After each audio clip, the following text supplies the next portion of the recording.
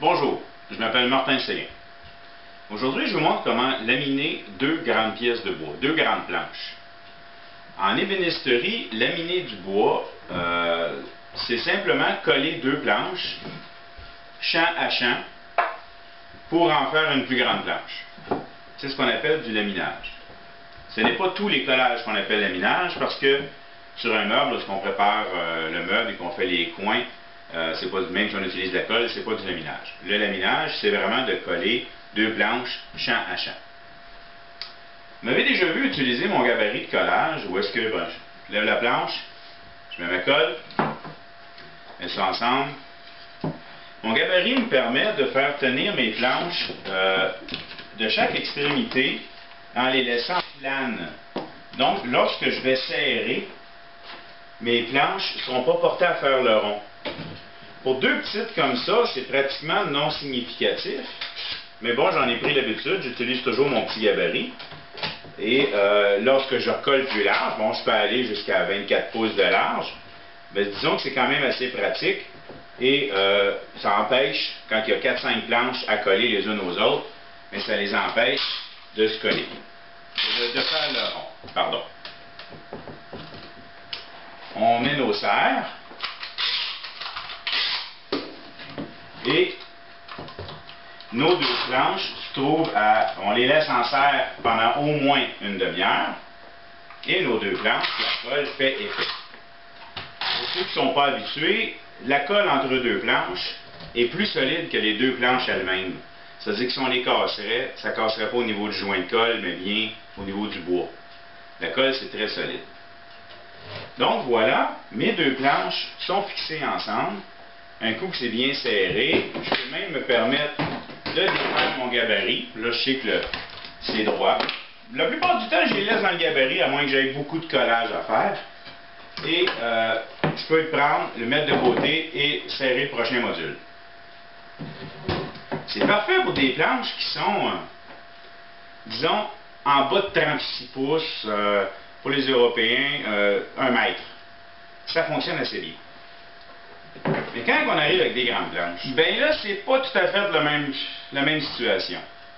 Les grandes planches comme celle-là, qui font 6 pieds ou 2 mètres, avec mon gabarit, c'est bien cool. Je peux mettre, comme d'habitude, de chaque côté, et je peux avouer que quand je vais le faire, je vais probablement, je ne collerai pas juste 2, mais je vais probablement coller 6 ensemble, non? Pour aller sauver du temps. De chaque bord, de chaque bout, les planches sont bien égales.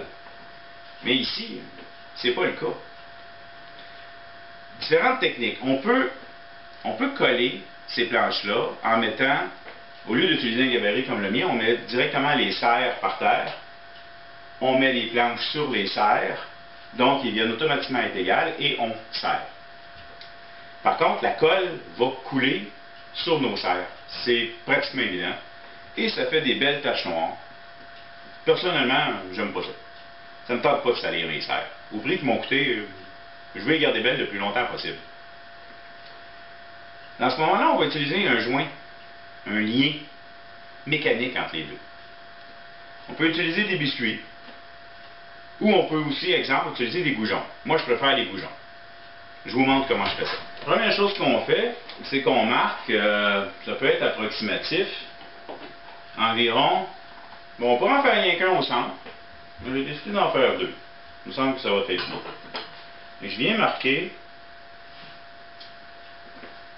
l'endroit approximatif, en fait l'endroit exact, où je veux mettre mon goujon. Et je transfère mes lignes. En fait, tout ça directement relié au système de goujonneuse que vous avez. Et ensuite, on perce nos goujons à distance égale, du haut ou du bas, idéalement en plein centre. Je me donne à avoir un kit plutôt ordinaire qui fait en sorte que je ne suis pas capable d'aller percer exactement dans le centre. Donc, je m'installe, je m'enligne et je perce.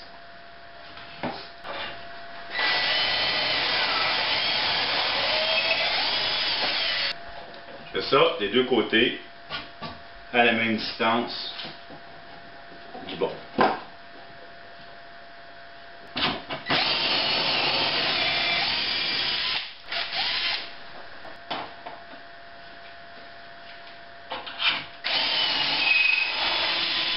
Maintenant, les trous sont faits. On rentre les goujons. On fait un petit test à sec.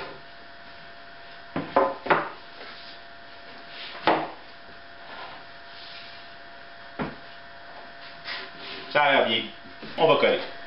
Je suis maintenant prêt à coller. Puis comme je disais, la grandeur de mon support, je peux en faire plus qu'un laminage à la fois. Je peux en faire deux.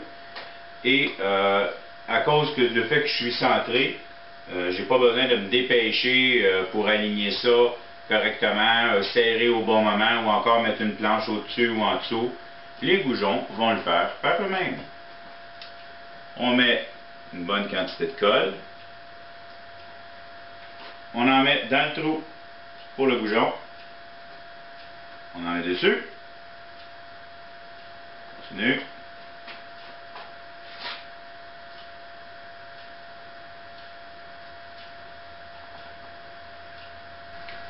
Il reste juste à mettre la planche dessus.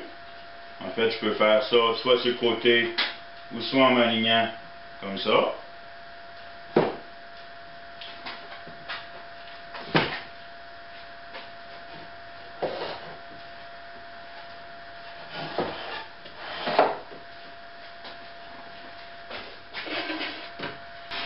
Maintenant que ça tient des deux bouts, on sort l'artillerie lourde. Petit truc justement en utilisant mon gabarit, moi je ne mets pas mes serres en dessous parce que la colle, la gravité, ça peut tomber dessus. Je les mets au-dessus. Lorsqu'on a des serres plus régulières plutôt que des K-body comme ceux-là, on est mieux de mettre une en haut, une en bas, une en haut, une en bas, ça égalise la pression. Par contre, en utilisant des K-body comme celle-ci, j'ai pas besoin de faire ça. C'est automatiquement la pression égale. Vous voyez, mes planches ici sont droites. Et bien voilà, c'était comment serrer des grandes planches en s'assurant que le centre ne fait pas le creux. J'espère que vous avez apprécié. Merci.